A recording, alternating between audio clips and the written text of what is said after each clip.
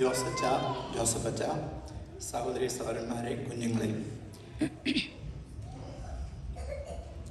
2 ആഴ്ച മുമ്പ് തന്നെ നൈറ്റ്സ് ഓഫ് കൊളംബസ് ഔദ്യോഗികമായി അച്ഛന് ഒരു യാത്രയയപ്പ് നൽകിയിരുന്നുവെങ്കിലും പാരിഷ് കൗൺസിൽ ഇടവകയുടെ പൊതുവായ ഒരു യാത്രയയപ്പ് ചടങ്ങ് അച്ഛന് വേണ്ടി നടത്തുമ്പോൾ അതിൽ 2 വാക്ക് അച്ഛനെ പറ്റി സംസാരിക്കാൻ അവസരം ലഭിച്ചതിൽ സന്തോഷമുണ്ട്.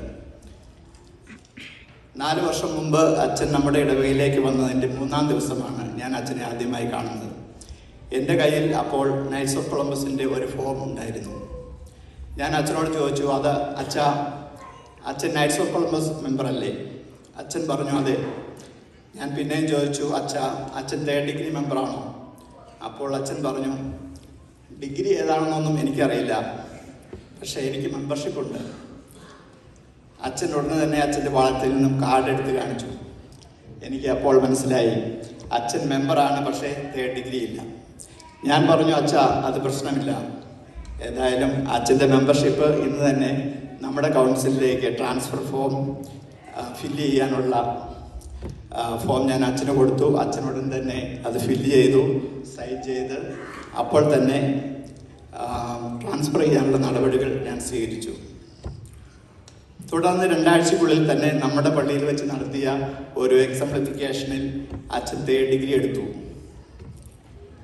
നൈറ്റ്സ് ഓഫ് കൊളംബസിലുള്ളവർക്ക് അറിയാം, എങ്കിലും മറ്റുള്ളവർക്ക് വേണ്ടി പറയുകയാണ്. മുമ്പ് 3 ഘട്ടങ്ങളിലായിട്ടാണ് മെമ്പർഷിപ്പ് കൊടുത്തിരുന്നത്. ചാരിറ്റി, യൂണിറ്റി, ഫ്രറ്റേണിറ്റി, അങ്ങനെ 3 ഡിഗ്രികൾ. എന്നാൽ കുറച്ച് വർഷം മുമ്പ് ഈ 3 ഡിഗ്രികളും ഒരുമിച്ച് കൊടുക്കാൻ തുടങ്ങി. എന്നാൽ അതിന് വളരെ നാൾ മുമ്പ്, വളരെ വർഷങ്ങൾക്ക് മുമ്പ് തന്നെ അച്ഛൻ നൈറ്റ്സ് ഓഫ് കൊളംബസിൻ്റെ മെമ്പറായിരുന്നു എന്ന്.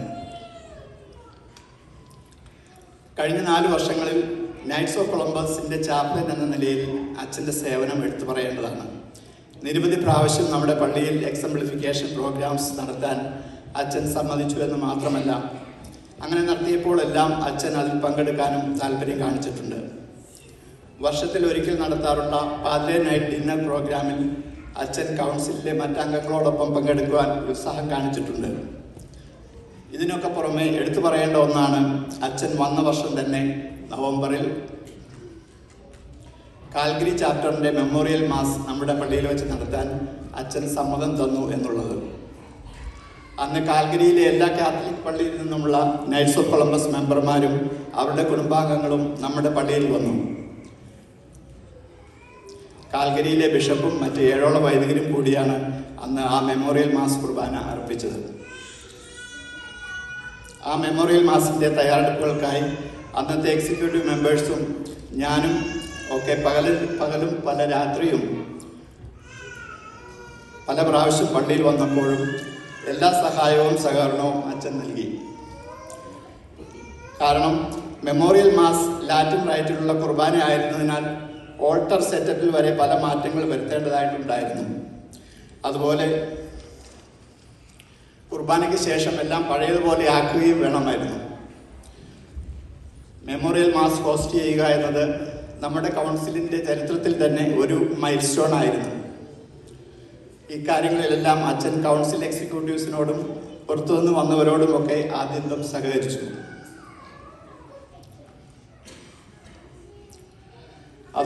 അതോടുകൂടി അതുകൂടാതെ തന്നെ ഈയിടെ നമ്മൾ നമ്മുടെ പാരിഷിൽ നൈറ്റ്സ് ഓഫ് കൊളംബസിൻ്റെ ഇനിഷ്യേറ്റീവ്സ് ആരംഭിച്ച കോർ മീറ്റിങ്ങിൽ അതിന് ഏറ്റവും വളരെ അച്ഛൻ പ്രോത്സാഹനവും സപ്പോർട്ടും തന്നു. നമ്മൾ എല്ലാ മാസവും ആദ്യ വെള്ളിയാഴ്ച അത് നമ്മുടെ ഇടവകയിൽ നടത്തുന്നുണ്ട്. അച്ഛൻ ഇവിടെ വന്ന ആദ്യ നാളുകളിൽ കോവിഡ് റിലീഫ് ഫണ്ട് പ്രവർത്തനങ്ങൾ അതിൻ്റെ അവസാന ഘട്ടത്തിലായിരുന്നു. അതിൻ്റെ കോർഡിനേറ്റർ എന്ന നിലയിൽ അച്ഛനുമായി ചേർന്ന് പ്രവർത്തിക്കാൻ എനിക്ക് സാധിച്ചു. ഞാൻ ഓർക്കുന്നു, അന്ന് അച്ഛൻ പറഞ്ഞത്, ഇവിടെ വന്ന് ആർക്കും എപ്പോൾ വേണമെങ്കിലും ഫുഡ് കിറ്റ് കൊണ്ടുപോകാം, ഞാൻ ഇവിടെ തന്നെ ഉണ്ട്, എങ്ങും പോകുന്നില്ല. നമുക്കറിയാം, കൂടുതൽ പേർക്കും നമ്മൾ ഡോർ ഡെലിവറി ചെയ്തിരുന്നുവെങ്കിലും അന്ന് ആവശ്യക്കാർ പലരും കാൽഗരിയുടെ വിവിധ ഭാഗങ്ങളിൽ നിന്നുള്ളവർ പള്ളിയിൽ നേരിൽ വന്ന് ഫുഡ് കൊണ്ടുപോകുമായിരുന്നു.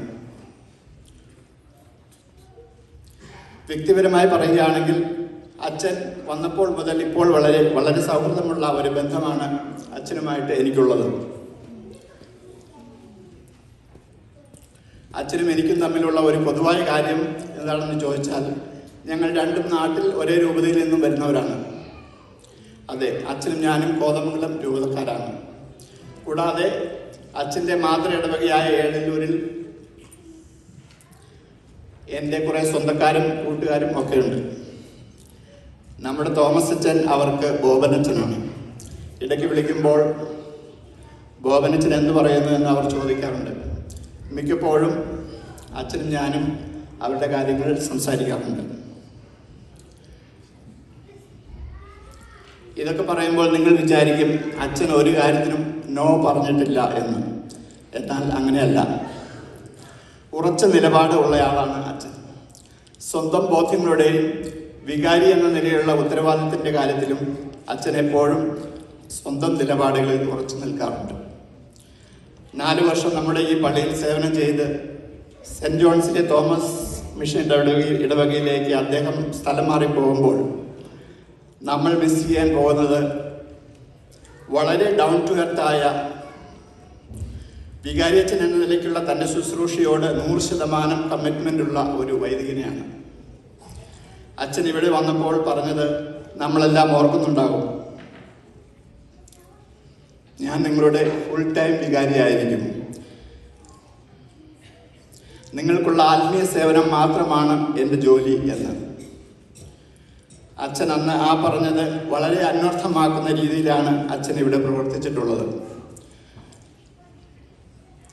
നമുക്കറിയാം, സാധാരണ അച്ഛന്മാർ ഞായറാഴ്ച ഓഫീസിലിരിക്കാറില്ല. പക്ഷേ തോമസ് അച്ഛനെ നമുക്ക് ഫുൾ ടൈം അച്ഛൻ്റെ ഓഫീസ് മുറിയിൽ കാണാം. 3 കുർബാന ചൊല്ലേണ്ട ഞായറാഴ്ചകളിൽ കിട്ടുന്ന ഇടവകളിൽ പോലും ഇടവക്കാരുടെ എന്താവശ്യങ്ങൾക്കും വേണ്ട എഴുത്ത് കൊടുക്കാനോ വണ്ടി വെഞ്ചരിക്കാനോ കൺഫഷൻ കേൾക്കാനോ അച്ഛന് മടിയില്ല. മറ്റച്ഛന്മാരാണെങ്കിൽ പറയും ഞായറാഴ്ച പറ്റില്ല, അന്ന് 3 കുർബാന ഉള്ളതുകൊണ്ട് സമയമില്ല, എഴുത്തോ കുറിയോ മേടിക്കാൻ ദിവസം വരണം, അപ്പോയിൻമെൻ്റ് എടുക്കണം എന്നൊക്കെ. ഇതൊക്കെയാണ് അച്ഛനെ മറ്റുള്ള അച്ഛന്മാരിൽ നിന്ന് വ്യത്യസ്തനാക്കുന്നത്. പ്രിയപ്പെട്ട തോമസ് അച്ഛ, അച്ഛനെ ഞങ്ങൾ എല്ലാവരും മിസ് ചെയ്യും. കാരണം ഇത്രയും ഫ്രണ്ട്ലിയായി കൂളായി ഇടപെടുന്ന ഒരു വികാരി അച്ഛൻ ഇനി ഞങ്ങൾക്കുണ്ടാകുമോ എന്ന് ഞങ്ങൾക്കറിയില്ല. ഒരിക്കൽ കൂടി നൈറ്റ്സ് ഓഫ് കൊളംബസിൻ്റെ പേരിലും എൻ്റെ വ്യക്തിപരമായ പേരിലും എല്ലാ യാത്രാമംഗളങ്ങളും അച്ഛനെ നേർന്നുകൊണ്ട് എൻ്റെ വാക്കുകൾ ചുരുക്കുന്നു. നന്ദി, നമസ്കാരം.